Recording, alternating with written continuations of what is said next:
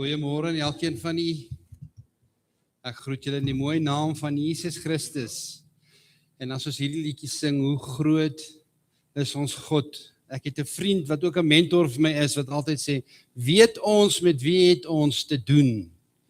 En dit pas so mooi, hy sê, hoe groot is ons God. Dis amper of dit rym vir die mense wat nou natuurlik van poesie hou. Dankie dat u die moeite gedoen het om vandag saam te kom, sodat ons kan saam vergader in Jesus se naam hier. En ek wil vra om vandag vir jou hart oop te stel. En as ek vandag se boodskap bring, het ek so 'n bietjie die pen gevat, denkbeeldig natuurlik, en so 'n bietjie my hart se ingedip om hierdie boodskap te skryf. Want iemand vra ook vir my die week, en het ook opgekom hierdie week oor temas. Waar kry mense temas? Nou wil ek vir u sê, jy moet jou geestelike ore spits vir die Heilige Gees. Anders sal jy vals wees en dit sal niks meer wees as net vermaak, om mense net te vermaak. Jy moet altyd spasie los. So, hierdie is vir my besonder 'n spesiale boodskap, want ek moet self gaan delf vir antwoorde. En ek is seker, elkeen van die wat hier sit, sal sit met dieselfde vrae en verwag dieselfde antwoorde as wat ek moes gedoen het. Kom ons sit so en dan vra ons die Here om ons te openbaar. Ons wonderlike hemelse Vader, as ons vanmôre na U toe kom, Here, dan kom ons in nederigheid na U toe. Ons is so afhanklik van die Here. Dankie vir die woord, Here. Dankie vir die woord wat deur die Gees vir ons gegee is en deur die Gees geïnspireer is. En dankie die Here dat U met ons praat deur die Gees en deur die woord, Here, en ook deur die natuur en soos U wil. Ek vra, Here, dat elke persoon vandag wat hier is, anders sal uitgaan. En dat die Gees sal werk en bemoedig en sal versterk. En waar ook nodig is, Here, sal ooreed en vermaan. Ons gee nou die Gees, Vader, ons vra die Gees en ons gee aan die Gees oor en ons stel ons oop aan die Gees. En dankie dat die Gees alomteenwoordig is, maar dat hy ook hier is vandag, en spesiaal en by elkeen te kom stilstaan, waar die uitdagings van die lewens kom, en waarom die vrae waarom en hoekoms so gereeld in ons gedagtes opkom, wil ek U vra, Here, vernuwe ons denke, sodat ons na U kan fokus. In die wonderlike naam van Jesus, amen.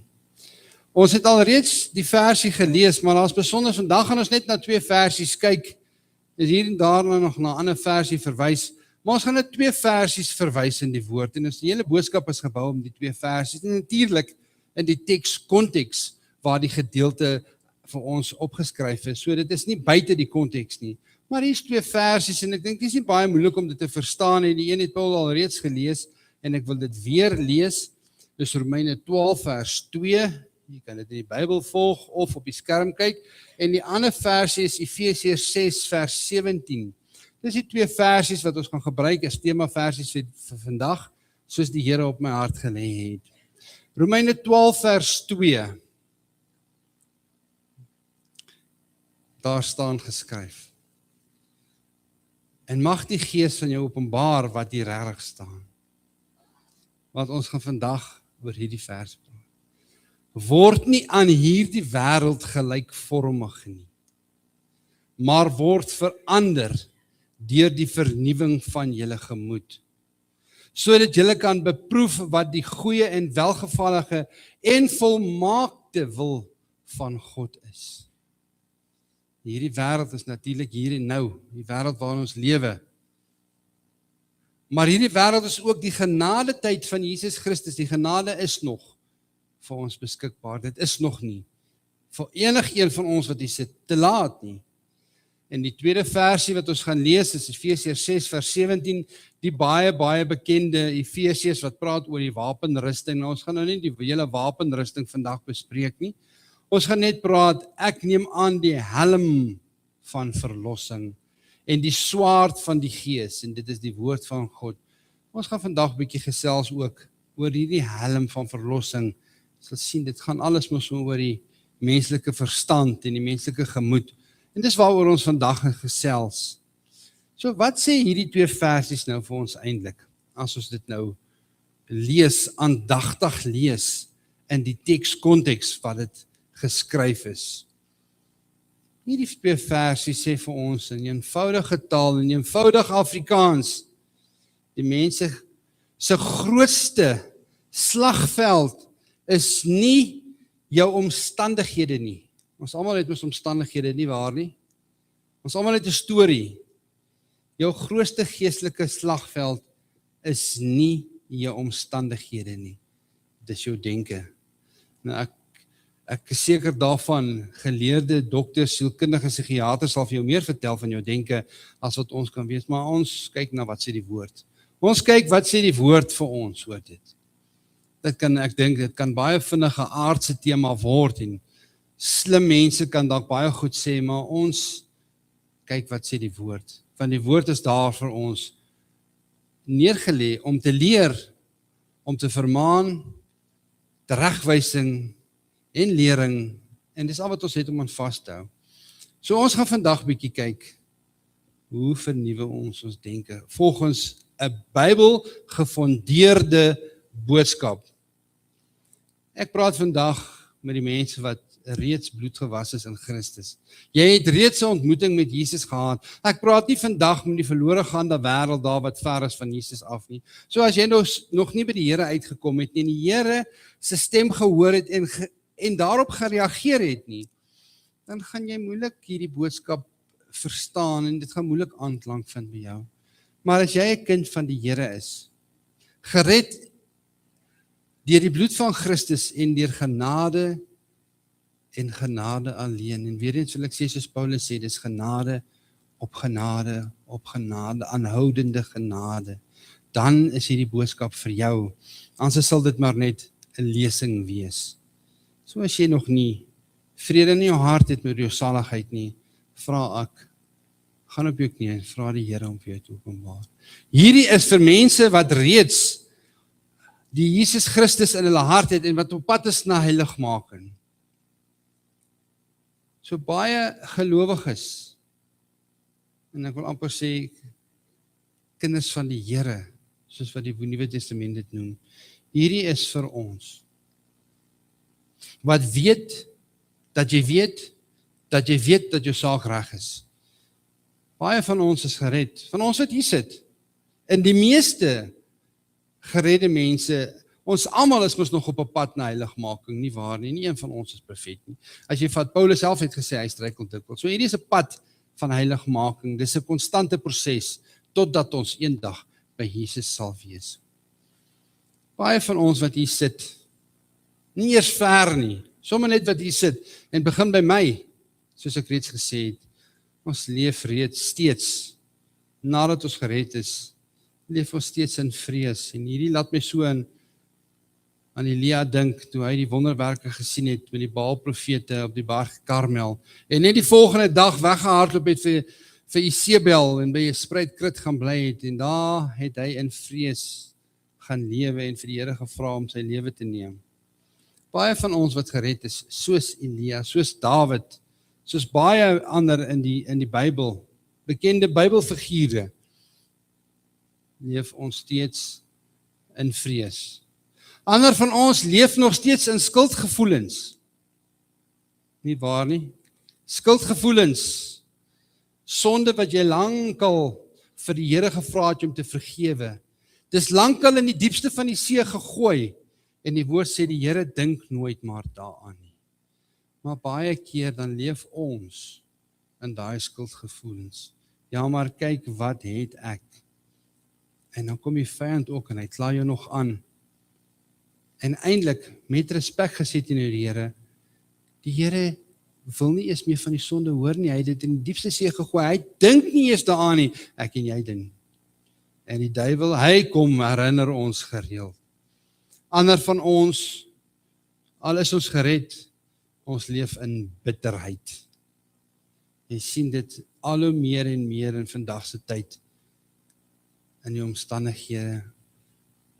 Oor die hele mensdom was bitterheid daar, maar is asof dit dalk net meer en meer word as die uitdagings kom. Sommige van ons leef in hopeloosheid.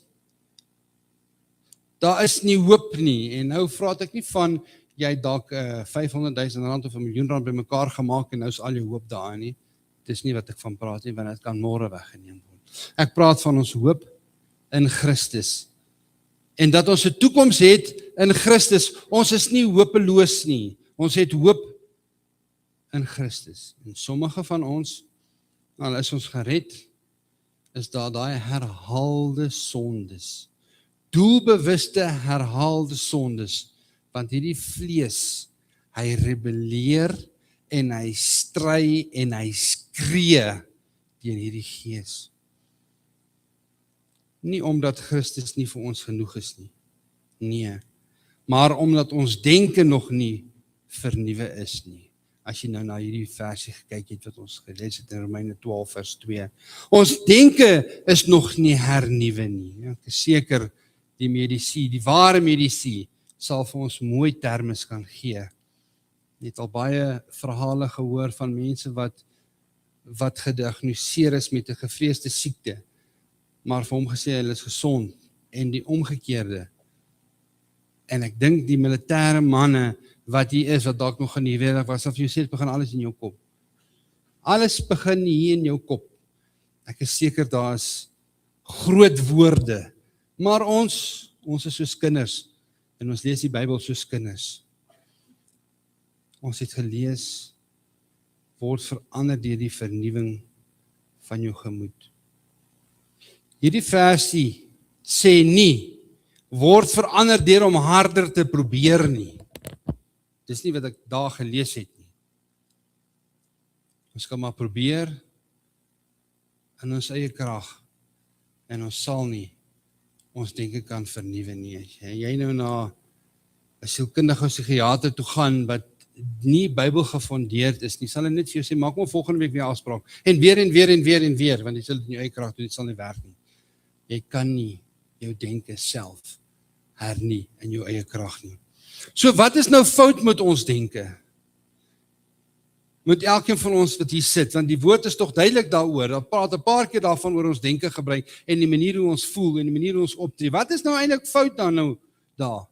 En die skrif is eerlik oor die toestand van die mens se verstand. Die skrif is nie 'n geheime boek nie, alhoewel daar baie geheime is, partykeer moet jy so 'n bietjie dieper grou. Ons het laasweek ook gesê, en as jy nog dieper wil grou ook, moenie vanaand se Bybelstudie besloop nie, maar ons moet dieper ons in die woord grou, hoe meer openbaar die Here vir ons, en daar's baie verse, daar's tientalle verse wat sê, grou, daar's 'n versie wat sê, soek, en vir jou sal gegee word, bid, en jy sal kry. Jy kan vir jouself sê, wat beteken die woord soek? Baie moeilik om te verstaan. Ja. So die probleem met die mense verstand is baie beslis nie noodwendige gebrek in intelligensie nie. Ek dink almal van ons wat hier sit, het 'n redelike mate van intelligensie, want die Here self het gesê, hy het ons goed gemaak. Die probleem is, dis 'n sonde, beskadigde denke, natuur, wat die Here moet kom verander in ons. Ons denke is sonde beskadig, omdat daar 'n natuur is, wat verander moet word, wat 'n proses is in die proses van heiligmaking. Die wêreld daar buite sal vir jou sê, verander net jou omstandighede. As jy jou omstandighede verander het, sal jou lewe verander. Nou wil ek vir sê, dit is baie beslis nie die waarheid nie, en ek sê dis nie die waarheid nie, omdat dit nie in die Bybel staan nie. Die Bybel sê, verander jou denke, en dan sal jou lewe volg. Dis wat die woord sê. Jy kan gered wees, jy kan 'n kind van God wees, maar jy kan steeds dink soos wat die wêreld dink. Jy kan in Christus wees, maar jy kan nog steeds soms reageer soos die ou mens, soos wat Paulus gesê het, dit wat ek nie wil doen nie, dit doen ek. En dit wat ek haat, dit doen ek. Maar dit wat ek wil, dit doen ek nie. Dit is in almal van ons se lewe, en as jy dit nie ervaar nie, dan is jy 'n volmaakte mens, en daar is geen volmaakte mens nie. Behalwe Jesus Christus natuurlik in die mense terme, maar hy is God. Ek praat, daar's geen volmaakte mens nie. Ons het gesê, die tweede versie wat ons gaan kyk is dan natuurlik Efesiërs 6 vers 17 en hierdie versie wat ons gelees het, praat oor die helm van verlossing. Nou wil ek graag een van die jong mense vra om vorentoe te kom,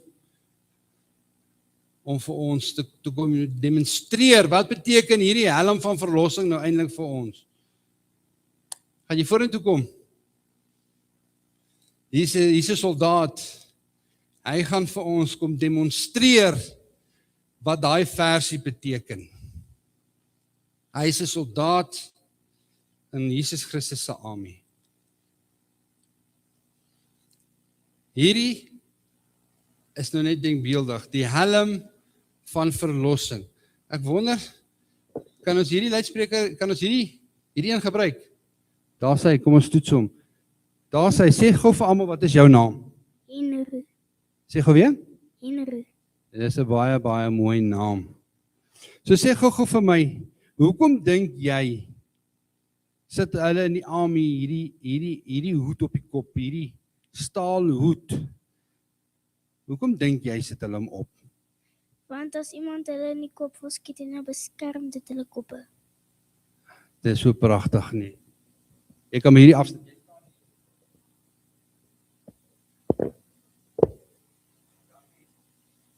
Dankie Chris.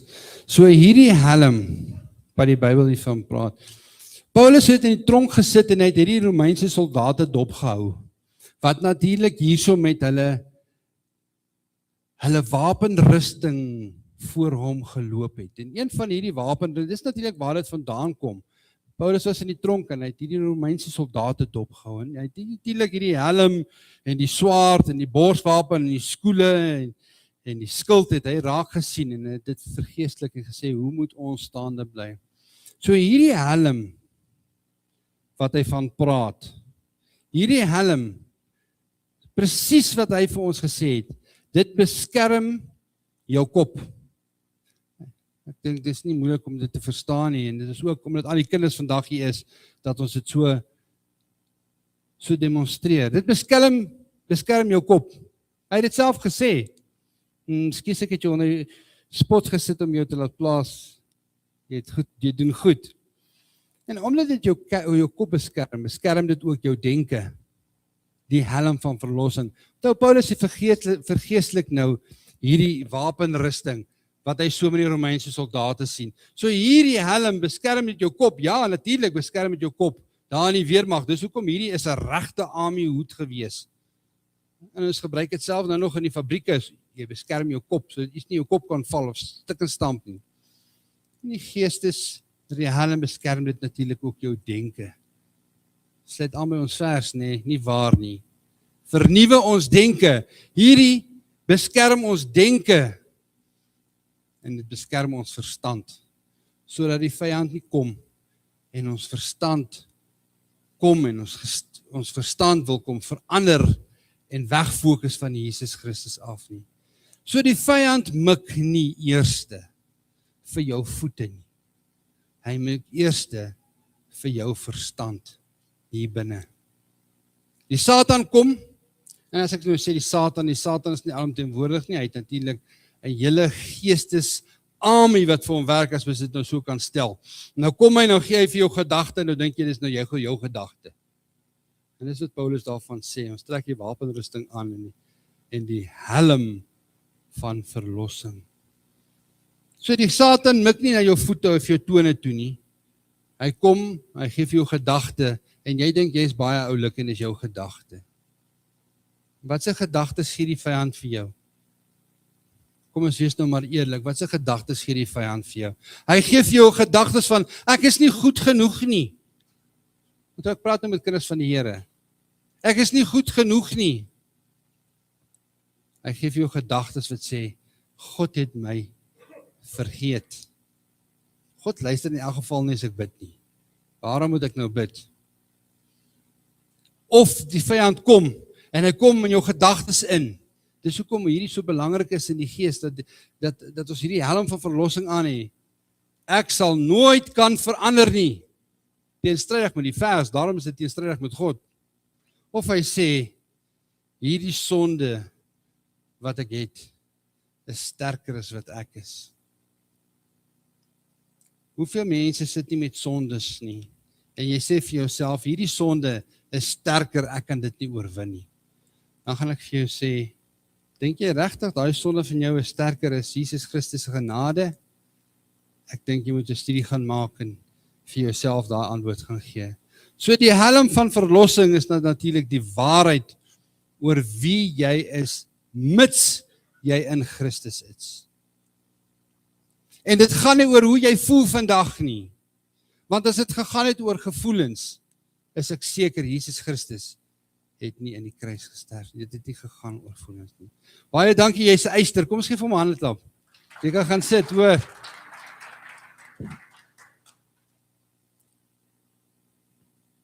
Nou wil ek graag, ek doen dit omdat die kinders is. Ek wil graag 'n verhaal vertel, 'n werklike verhaal. Nou ek het gesê ek het hierdie pen so bietjie in my hart, die ink van my hart gedruk.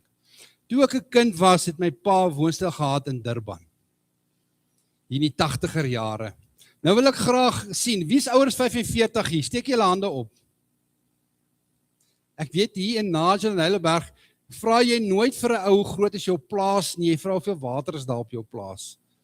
So ek vra nou vir die wat ouer as 45 is, vir die wat jonger is sal dit natuurlik nie kan verstaan nie.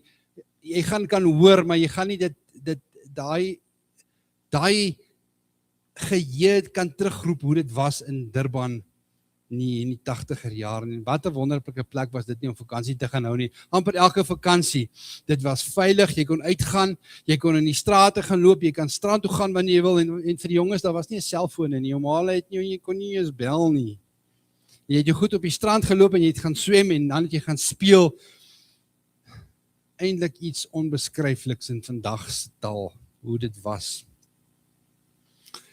En vir die wat nou ouer as 45 is en dit kan onthou soos wat dit was, daar was so gedeelte gewees waar hulle die go-karts gery het, die stampkarretjies was die name gewees. En in daai gedeelte van die stampkarretjies was daar so 'n vertrek gewees wat hulle genoem het 'n funhouse met sulke snaakse spieëls. Dan gaan jy en jou vriende nou daarin en dit is nou baie snaaks want party van daai spieëls laat jou lank lyk, ander laat jou breed lyk soos 'n sokkerbal, ander laat jou gesig skeef trek. Ek dink almal kan jy vir eenselfig nog wat dit kan onthou en miskien is daar nog ander plekke wat sulke spieëls het. Dis so gemaak om van te wees. Daar's nie 'n ander woord nie. Dit was groot pret gewees hoe jy nou vir mekaar gelag het met jou vriende as jy nou in daai vertrekking gegaan het met daai verskillende spieëls.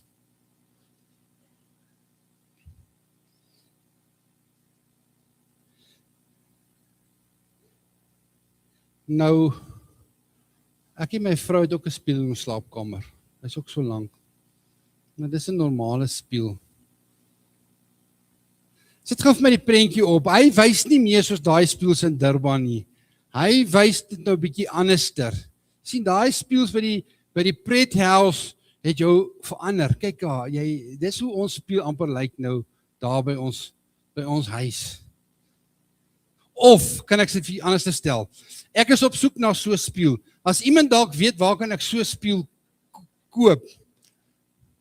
Laat weet my asseblief, want die spieël in ons kamer se weerkaatsing, se refleksie lyk nie soos daai een wat in die funhouse was nie. Hy lyk anderster. Ek is op soek na so 'n spieël. So as enige iemand asseblief maak met my kontak. Ek soek so 'n spieël daar in ons kamer. Baie dankie. Nou wil ek vir julle 'n verhaal vertel, omdat ons ook gefokus op die kinders is vandag en ons self is mos maar kinders. Ons is kinders van die Here. Kom ons word weer kinders en ek het nou sommer na aanleiding van my verhaal in Durban, jy kan dit maar, as jy sla afhaal. Na aanleiding van wat ek beleef het toe ek 'n kind was in die 80er jare, wil ek nou sommer 'n storie vertel, maar hierdie is nou nie 'n ware verhaal nie, asseblief. Dis 'n self opgemaakte verhaal, om maar net te vereenselwig met die storie wat ek beleef het as 'n kind, en ek is seker almal wat 45 is. Nou wil ek die storie begin soos volg. Kom ons luister nou maar soos 'n kind. Baie jare gelede, nog voor daar spieëls bekend was aan die mense, het die mense in die spieëls geken nie. En toe een keer, toe begin die spieëls op die mark kom, as ons dit nou kan so stel. En dit was nou 'n vreeslike, wonderlike ding gewees, hierdie spieëls, want die mense het nie spieëls geken nie. Hulle het nie geweet of hulle hare de mekaar is nie. Toe eendag toe verjaar daar 'n persoon, 'n man, en hy kry toe nou 'n nuwe spieël vir sy verjaardag. En dit was nou 'n groot geskenk in daai jare gewees, want hulle het nie spieëls geken nie. En hierdie persoon, hierdie man het elke oggend in hierdie spieël gaan kyk. En maar hierdie spieël wat hy ontvang het, onbewustelik, was amper soos hierdie spieëls in Durban. Hy was nie heeltemal reg gemaak nie. Nou vir die kinders wat hier is, as jy nou 'n bietjie vir jou wetenskap meneer of juffrou wil iets leer, dan sê jy, hoekom is hierdie spieël so? En die eenvoudige rede, die een is 'n konkawe spieël en die een is 'n konveksuele spieël. As jy dit nou nie kan onthou nie, konkaaf, die K beteken, ek kom nader, hierdie spieël buig jou so 'n bietjie na jou toe terug. En konveks, die V, sê, ek sê vaarwel, nou let jy bietjie verder. So is hierdie spieël so 'n bietjie 'n mengsel tussen konveks en konkaaf gemaak, en dit is nog in die beginproses van spieëls. So hierdie man se gesig het so 'n bietjie skeef gelyk in die spieël. Maar hierdie ou het nou glad nie geweet wat konveks en konkaaf beteken nie. Hy het geglo wat hy sien.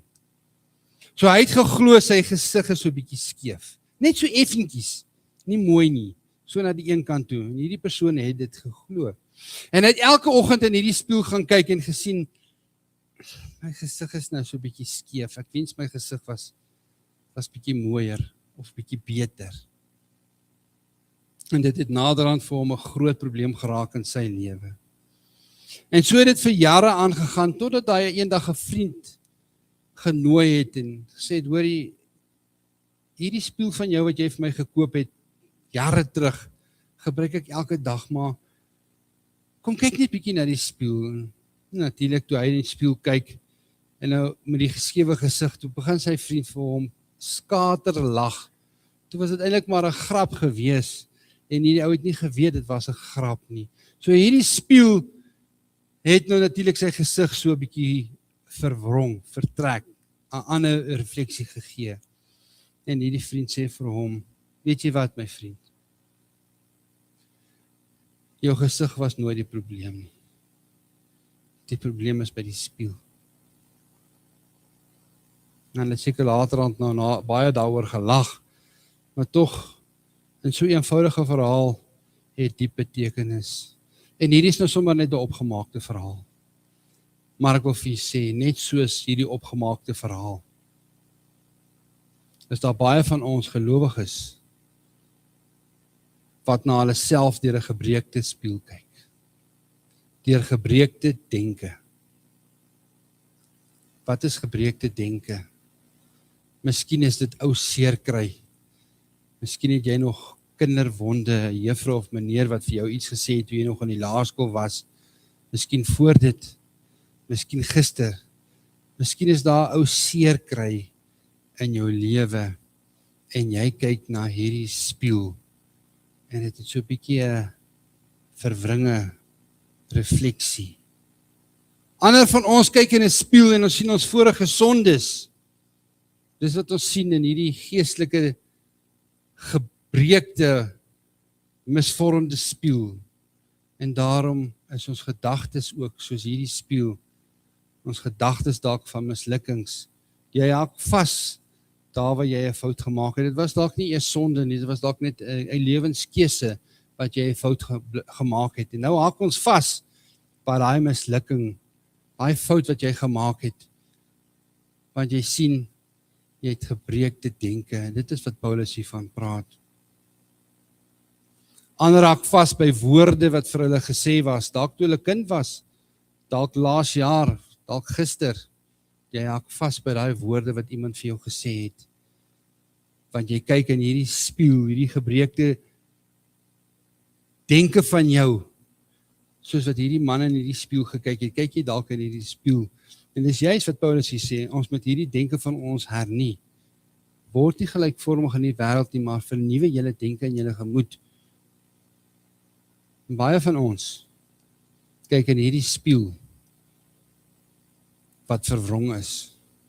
Ons is gered, ons is op pad hemel toe, maar ons het nog hierdie gebreekte spieël. En dis nie onskriftuurlik nie, want 2 Korintiërs 3 vers 18 sê vir ons, en ons lees dit in die woord, en jy kan dit maar net volg as jy wil, of jy kan maar net luister. Wat sê 2 Korintiërs 3 vers 18 vir ons? Daar staan geskryf, en terwyl ons almal met onbedekte gesigte, ek wil net gou daarby sit, onbedekte gesigte, dit is 'n boodskap op sy eie. Hoeveel mense sit met bedekte gesigte, soms so in die kerk, wat nog van die wêreld? Ek wil nou nie baie aandag gee oor daai woord nie. Kom ons lees die vers in konteks. En terwyl ons almal met onbedekte gesigte, met ander woorde die ware ek, sit, soos in 'n spieël, die heerlikheid van die Here aanskou word ons van gedaante verander na dieselfde beeld, van heerlikheid tot heerlikheid, as deur die Here wat die Gees is. Hoor wat sê hierdie versie vir ons. Ons het so in daai spieël kyk van jou gebroke denke, in jou verlede, alles wat jy daarby kan voeg. Sê hierdie versie, en terwyl ons almal met onbedekte gesigte, die ware jy nie voorgee nie. Die tyd van voorgee is in elk geval so te sê verby, ons kan nie meer voorgee nie. In 'n spieël die heerlikheid van die Here aanskou, word ons van gedaante verander na dieselfde beeld, van heerlikheid tot heerlikheid. Hoor wat sê hierdie versie, en ek stel dit nou in ander woorde, dit wat jy sien, word verander, sodat jy meer en meer soos Jesus kan lyk. Hoe wonderlik is dit nie? As jy jou denke nie vernuwe nie, sal jy nie sien wie jy werklik in Christus is nie. Dit sal vir jou duister bly.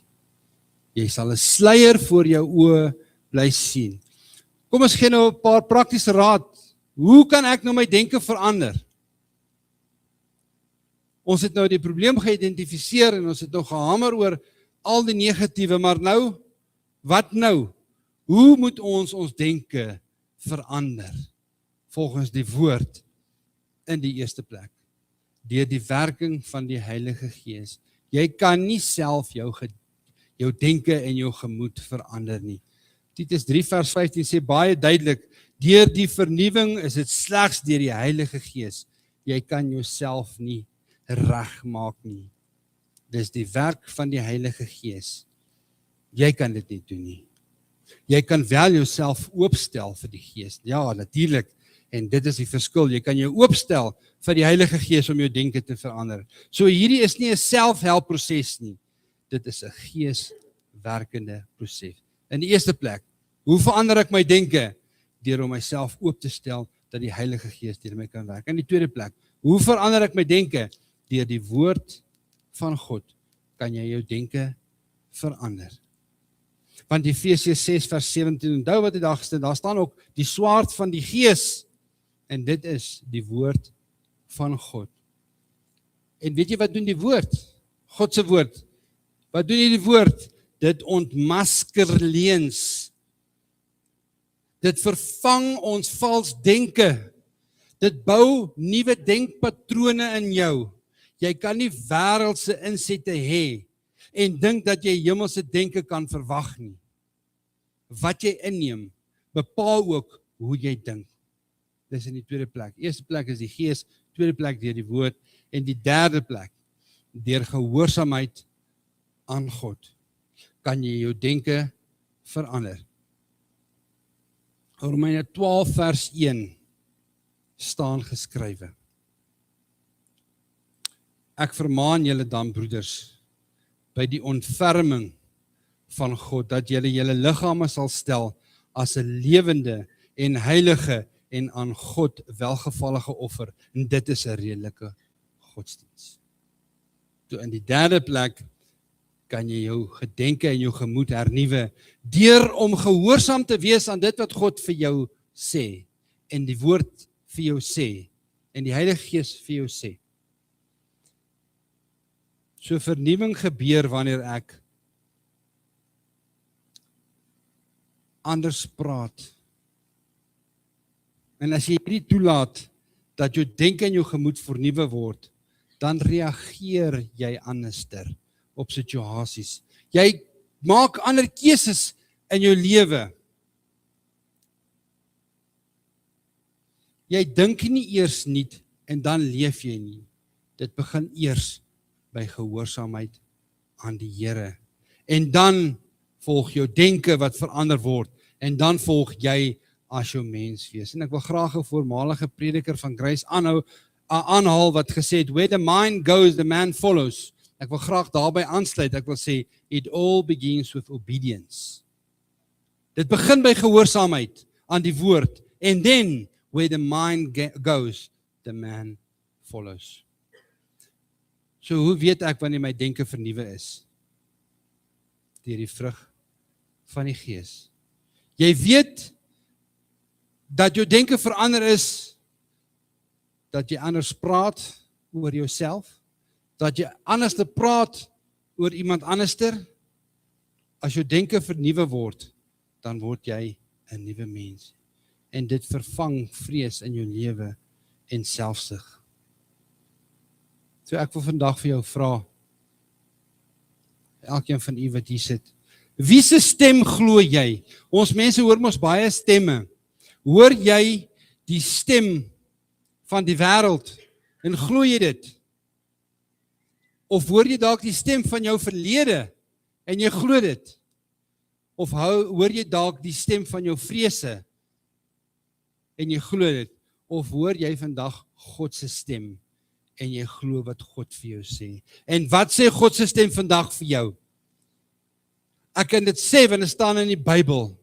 Ek sê vandag vir u, elkeen wat hier sit, vandag, as die gemeenskap van heiliges, die stem van die Here sê, Romeine 12:12, en word nie aan hierdie wêreld gelykvormig nie, maar word verander deur die vernuwing van julle gemoed, sodat julle kan beproef wat die goeie en welgevallige en volmaakte wil van God is.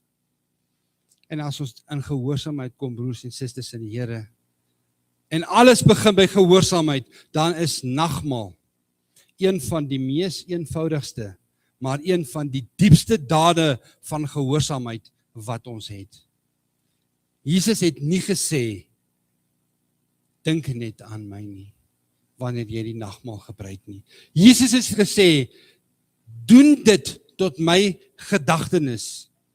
Die nagmaal dan is ook 'n gehoorsaamheid en 'n deelname, nie net 'n verstandelike instemming nie. En die nagmaal is dan natuurlik ook deel daarvan om ons denke te herstel en om ons denke te hernuwe volgens die woord, soos ons lees in Romeine 12:2, wat ons al gelees het, om nie gelykvormig te word nie, maar vernuwe julle gemoed. By die nagmaal word ons denke doelbewus teruggeruk na die kruis toe. Nie dat daai opinie nie na jou verlede nie, by die nagmaal word ons denke teruggeroep na die kruis van Jesus Christus. Ons word nie teruggeroep na ons gevoelens nie. Nie na ons mislukkings nie. Maar ons word teruggeroep deur Jesus Christus se voltooide werk. En as jy nou die brood en die wyn kyk op die tafel, spreek die brood en wyn nog voordat ons iets kon sê. As jy praat van die kruis, wat op die kruis gebeur het, spreek dit nog voordat ek en jy iets kon sê, het dit alreeds gespreek. En wat spreek dit onder andere? Dit spreek, jy is duur gekoop. My broer en suster in Christus, jy is duur gekoop. Dit het nie met 'n ligte prys gekom nie. Dit sê ook, jy is vergewe as jy na die kruis gekom het en jou sondes by die kruis neergelê het. En dit sê ook, jy is nie in jou verlede nie, maar jy is in Christus en daarom het jy toekoms. Dit is 'n vernuwing van ons gemoed deur herinnering aan wat Jesus gedoen het. En wanneer ons vandag die brood gaan breek en die beker neem, sit ons weer die helm. Ons het 'n mooi demonstrasie gehad, sit ons weer die helm van verlossing op, soos wat ons lees in Efesiërs 6 vers 17. En dit beskerm ons denke teen skuld, teen selfveroordeling en teen enige leuns wat die vyand in jou kop wil bring. Dan beskerm dit ons denke en dit bepaal dan ook ons gemoed. Jy sien, wanneer ons die nagmaal gebruik, wil ek amper sê, ons kan dit sien, ons kan dit vat, die nagmaal, wat Jesus gedoen het.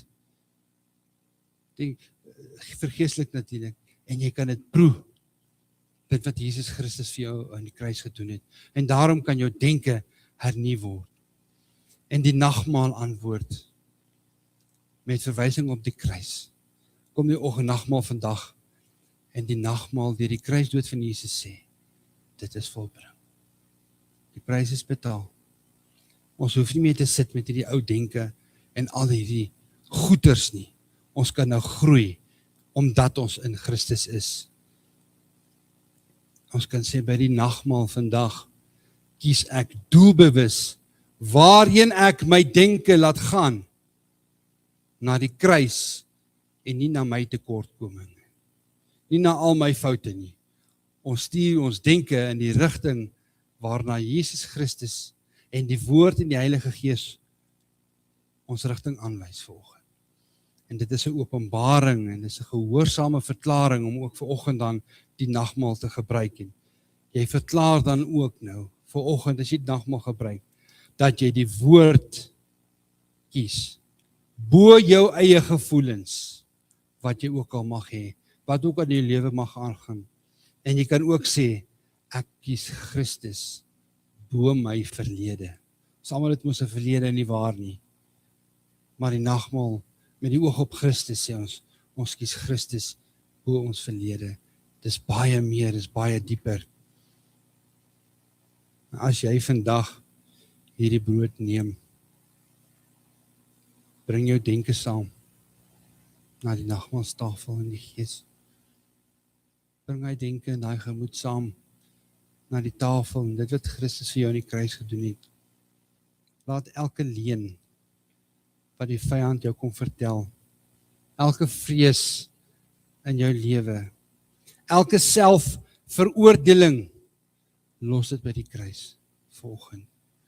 Wanneer jy die beker drink vanoggend, dan herinner jy jouself daaraan dat my verlossing is nie gedeeltelik nie. Dit is volkome deur Jesus Christus se kruisdood. Ek vra dat die mense die nagmaal bedien vorentoe sal kom, dan sal ons die nagmaal bedien.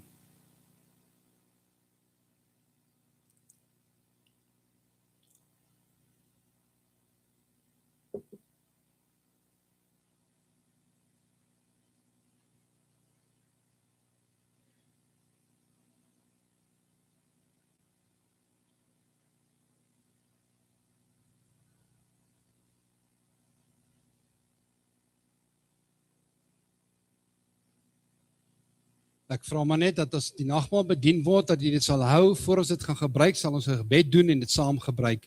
Dit is net meer dat ons een kan word in Christus.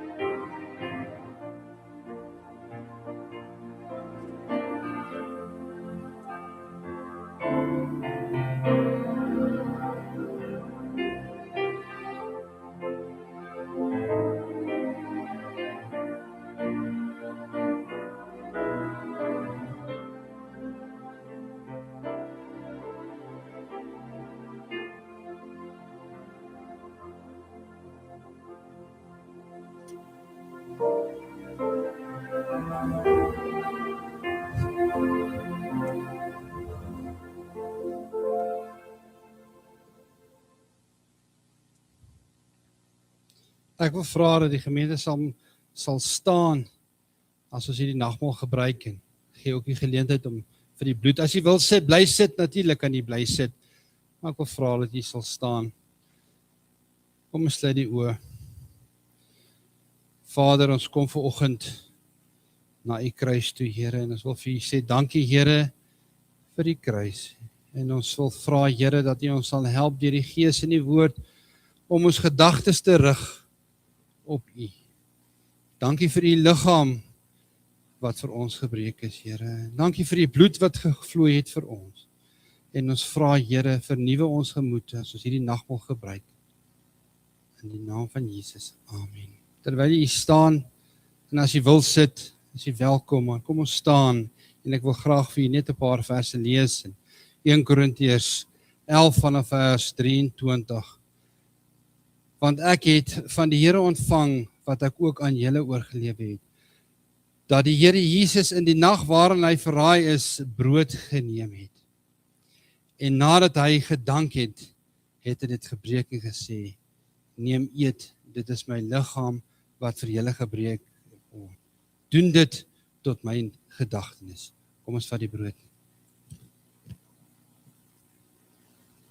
Net so ook die beker na die ete, met die woorde, hierdie is die beker, is die Nuwe Testament in my bloed, doen dit, so dikwels as julle daaruit drink tot my gedagtenis. Want so dikwels as julle hierdie brood eet en hierdie wynbeker drink, verkondig julle die dood van die Here. Ons Vader, ons sê vir die dankie, Here Jesus, vir dit wat U gedoen het. Ons kan net sê, Here, soos die woord sê, dit is volbring. Die prys is betaal. Amen. Jy kan die sitplekke in